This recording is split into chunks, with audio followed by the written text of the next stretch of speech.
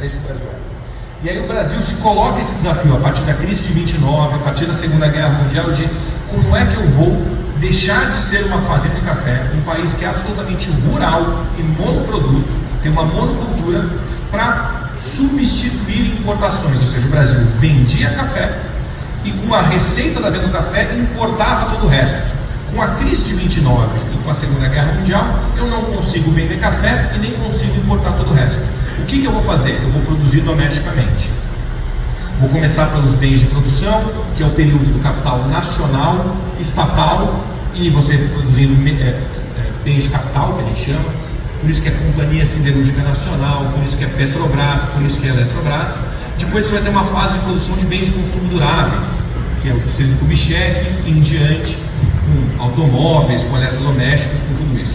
50 anos se passaram até os anos 80 e o Brasil realmente deixou de ser um país rural que produzia só café. Ele constituiu um parque industrial denso e diversificado, cresceu 7% ao ano, virou um país urbano com uma série de problemas, com um aumento de concentração de renda, com um problema de endividamento externo e com uma inflação elevadíssima.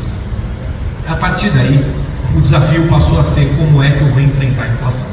Toda a literatura, não existia um economista nos anos 80 que não estivesse escrevendo sobre inflação. O tema é como é que eu supero o problema da inflação. O problema da inflação vai ser superado com o plano real. E aí a gente tem um fechamento de uma segunda fase. A partir daí, o debate nosso é: por que é que o Brasil convive com taxas de juros historicamente, ou comparando com os pares, mais elevada, mas essa pergunta por si só não resolve o tema. O tema que a gente tem que responder, e que eu tenho que responder toda vez que eu viajo para fazer as reuniões com os meus colegas presidentes de bancos centrais de outros países, é: como é que você está com uma taxa de juros num nível que, se fosse no meu país, seria absurdamente restritiva ou muito restritiva, e ainda assim está com o menor nível de desemprego da sua história? Ou seja, estamos dizendo que a sua taxa de juros está alta, mas nós passamos agora, nesses últimos anos, para o menor nível de desemprego da série histórica, com a queda do nível de desemprego mais rápida da série histórica e com o crescimento da renda do trabalho e da renda das famílias mais acentuado da série histórica, atingindo o ponto máximo da série histórica.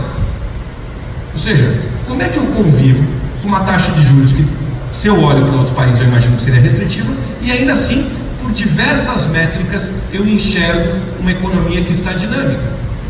Eu vejo uma economia que revela dados que está mostrando dinamismo, apesar de uma taxa